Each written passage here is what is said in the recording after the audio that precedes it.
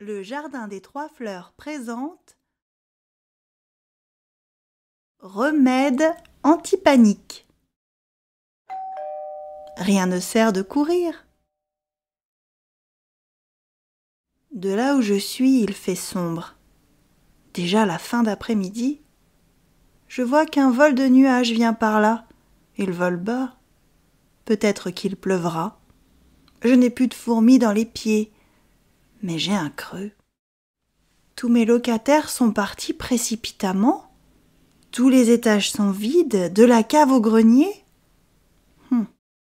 Depuis qu'ils ne sont plus là, j'ai comme un bourdonnement dans la tête, des acouphènes sûrement.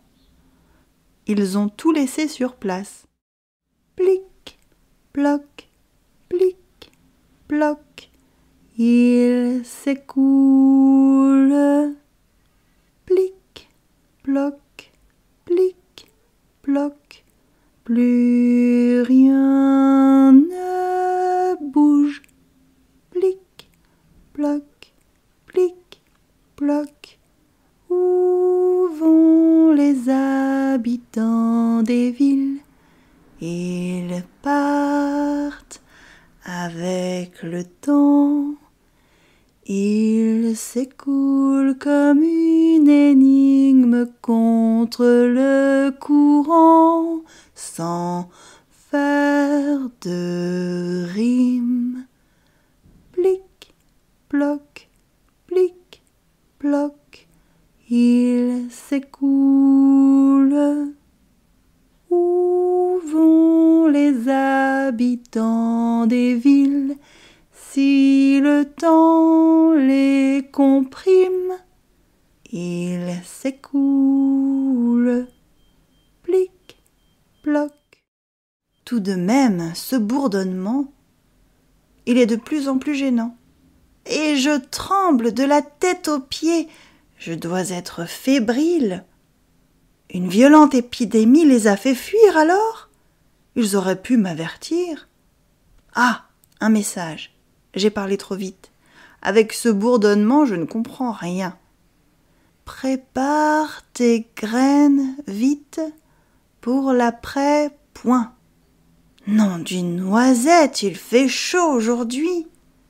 Qu'est-ce que ça veut dire?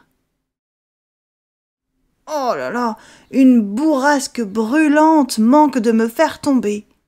Nous devenons rouges. Ah, le vent se calme. Comme toujours, aucun d'entre nous ne se débat. Nous restons là, à fabriquer l'après, chacun à sa manière. Enraciné jusqu'au cou, je m'évertue à déployer mes forces vers le bas, pour enfouir le trésor de la vie éternelle, où on ne le trouvera pas. Je lâche mes feuilles, mes fruits, mes branches. Dans le craquement, je me précipite encore plus bas. J'étends mes orteils le plus loin possible, jusque chez la taupe. Tiens, bonjour, madame la taupe. Elle est là. Elle a creusé plus qu'à son habitude. Elle a l'air fatiguée, les pattes pleines de terre. Elle mange un verre. Nous sommes au bord de l'eau. Plic, ploc, plic, ploc, il s'écoule. Plic, ploc, plic, ploc, plus rien ne bouge. Plic, ploc, plic, ploc. Où vont les habitants souterrains? Ils partent avec le temps. Ils s'écoulent car contraints contre le courant, sans n'y pouvoir rien.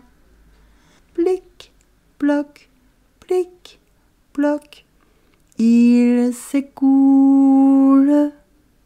Où vont les habitants souterrains? Si le temps les contraint, ils s'écoulent. Plic, ploc. Arrivés au commencement, tous deux, nous réparons la fin. La chaleur devrait se répandre par le bas. Mais je sens le ciel fiévreux. Mon ami la taupe est repu. Toutes les petites bêtes lui tombent directement dans la gueule. Il court, rampe, sautille le plus loin possible du sol. Même si l'air est irrespirable. Les nuages nous ont suivis. La taupe se remet à creuser, glisse dans une poche d'eau et se laisse emporter par le courant. Je trempe mes orteils. Un grondement se fait entendre. Plus de doute, il pleut sur la forêt en feu. Le ciel sauve la terre en comprenant l'urgence de la situation et en infligeant des torrents dévastateurs. Il éteint les flammes. L'eau apaise le sol. Il fait moins sombre ici. La lumière du matin se lève. Les réseaux silencieux génèrent des appels luminescents. Les insectes sont les premiers à reprendre place. Je pense pouvoir remonter à la surface. Je capture l'un des fruits qu'il me reste, l'enveloppe et le plonge dans l'eau. Le secret est dévoilé. La graine chemine. Un maître chocolat sait voir notre marmite pleine de pépites. Qu'elles soient blanches, marron ou noires, des pépites plus ou moins cuites. Ouh, la flamme dans l'âtre rougit. Ouh, apprenons le feu. Ouh, l'incendie devient bougie. La fonte de nos carapaces où s'engouffre la chaleur crée un espace jamais las pour confondre nos humeurs. Que faire de tout ce contenu fondu qui trop souvent déborde, bouillant, bouillonnant, bouillant, bouillonnant, bouillant, bouillonnant, qui trop souvent nous tue. Qu'en faire dans ce désordre, sans patauger dans une mélasse? Humons notre bonne humeur pour nous préparer à boire la tasse. Ouh, la flamme dans l'âtre rougit. Il faut savoir où on va. Prenons le feu où l'incendie devient bougie.